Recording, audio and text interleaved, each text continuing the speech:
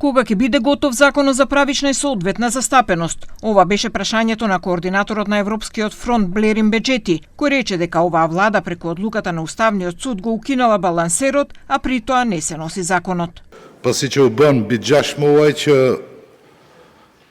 ne deputetët e grupit parlamentar të Frontit Evropian parashtrojmë pyetje çka ndodh me ligjin për përfaqësim drejt dhe adekuat që rrjedh nga amendamenti 5 i Kushtetutës Republikës Maqedonisë Veriut, në cilin muj se u lodhën Izet Megjiti dhe Arben Fetajt e thonë këtë dy javë, u ka bë si çështje humori, herë këtë tejte, hera tejte. Премиерот Мицкоски прочита одлука донесена од владата на СДС Мајдуи, во кој се наведува дека балансерот е надминат и дека Уставниот суд треба да го укине.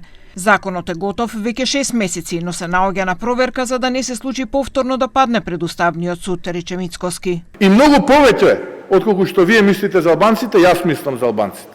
Затоа што јас времето не го губам како претседател на влада, играјќи фудбалчиња и баскет во канцеларијата. Јас можам да ви кажам дека ќе има закон за правична застапеност. Јас лично ќе го изгледам овдека и јас лично ќе го бранам. Кој што ќе биде уставен и ќе гарантира вистинска правична застапеност на сите етнички заедници. Јас гарантирам за правичната застапеност. Еве да знаете и дека никој нема да се почувствува дискриминиран. Беџети од премиерот Мицкоски побара извинување кон албанците поради неговата ароганција и постапување кон нив. На ова Мицкоски рече дека ќе им се извини, но затоа што порано не ги тргнале од власт. Sot a ke guximin dhe kurajon që kërkoj shfalje shqiptarëve me gjithë këtë sjellje arogante në cilësinë e kryeministrit. Се извинувам што на вистина оваа држава порано не ви испратија во опозиција. Да, се извинувам.